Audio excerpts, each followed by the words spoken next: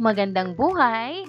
Halina't matuto kasama si Teacher Aika, your online teacher. Simulan na natin! Science Grade 3, Term 1, Week 2, Day 1.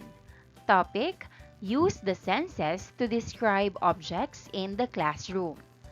This is Teacher Aika, your online teacher.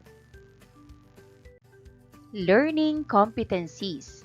Identify objects, activities, or natural events observed in their local environment that can be explained by science. Why can I see, hear, feel, smell, and taste? Complete the senses. I can see my teacher in front of me. I can see my classmates beside me. I can see them because I use my eyes. Eyes.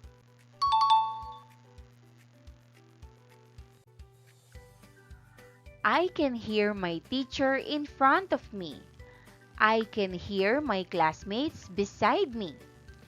I can hear them because I use my ears. Ears.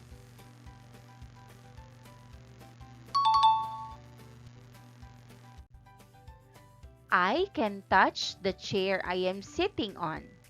I can feel the clothes I am wearing. I can touch and feel because of my skin. Skin.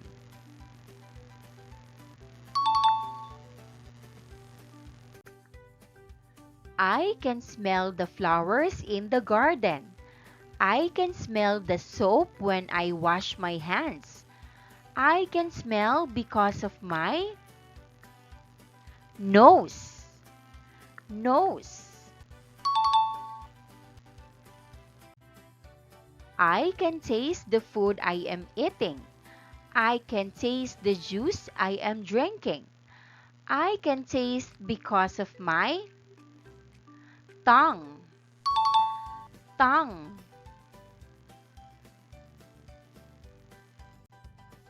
Match the body parts to its correct senses. 1. Eyes. C. Sight. 2. Ears. E. Hear. 3. Skin. D. Touch. 4. Nose. A. Smell. 5. Tongue. B. Taste. Activity 1. How do we use our senses every day? Describe each picture and answer the given questions. Name of object inside station. Colored ruler. Describe the object in sight.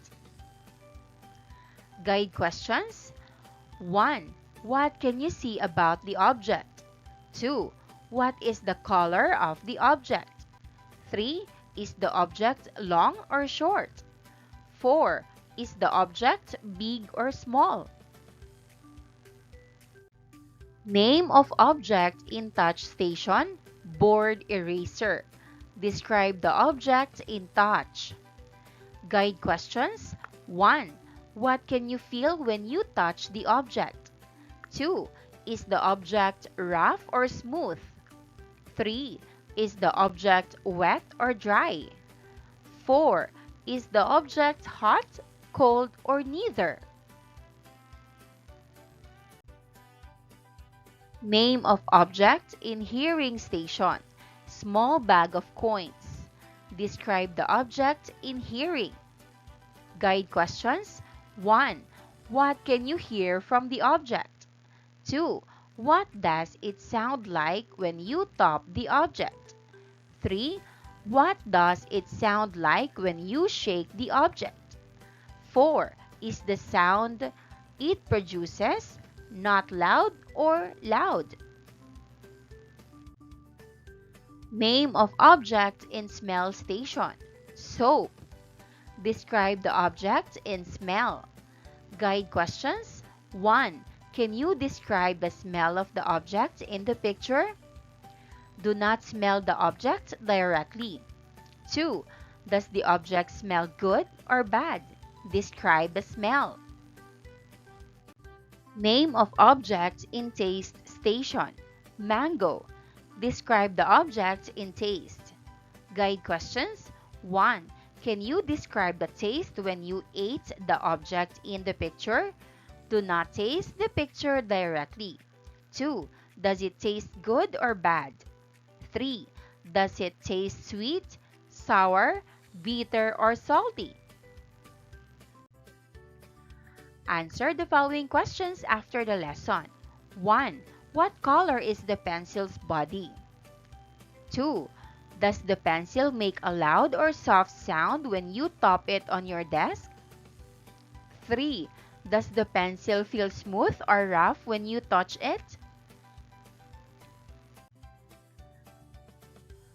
Deepening understanding. 1. How are the senses important in describing objects?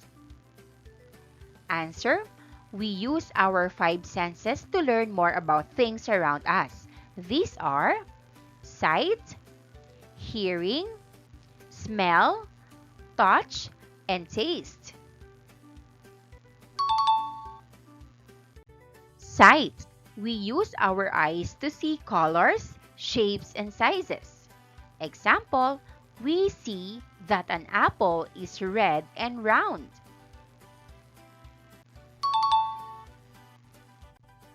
Hearing. We use our ears to hear sounds.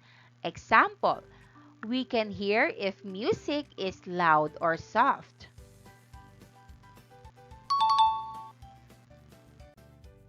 Smell. We use our nose to smell things. Example, we smell if food is sweet or sour. Touch. We use our hands to feel. Example, we feel if something is soft or rough.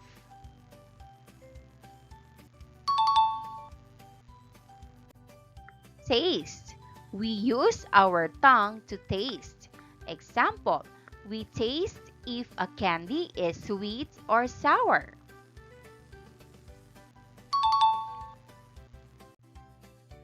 Remember, all these senses help us describe what something looks like, feels like, smells like, sounds like, or tastes like.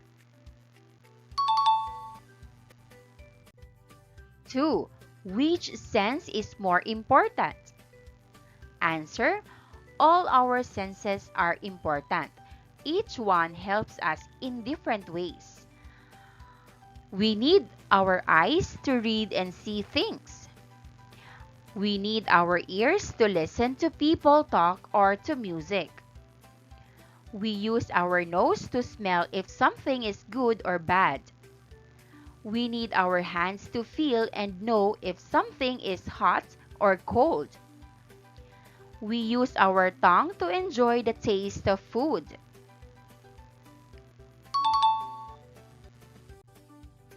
Some things need more than one sense. For example, eating a mango.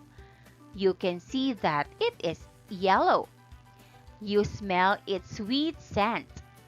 You taste its sweetness. You feel that it's soft. That's why all senses are important. They work together to help us understand the world. 3. Sometimes people can't see, hear, or smell things like others. They are called persons with disabilities or PWDs. Some people cannot see well, hear well, or use some of their senses.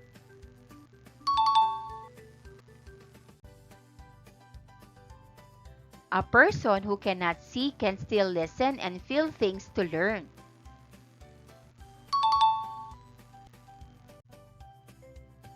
A person who cannot hear can see signs or read words.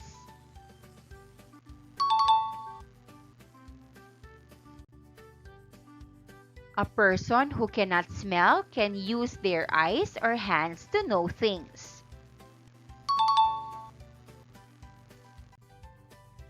There are also special tools or technology that help. A hearing aid helps people hear better.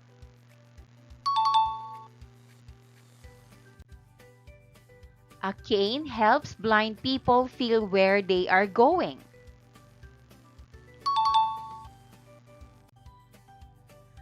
A braille book helps blind people read using their hands.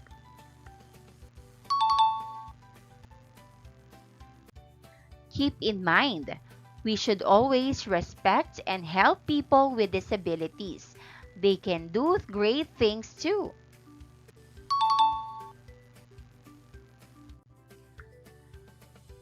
Generalizations. What can my senses describe? What I see, what I hear, what I feel, what I smell, and what I taste.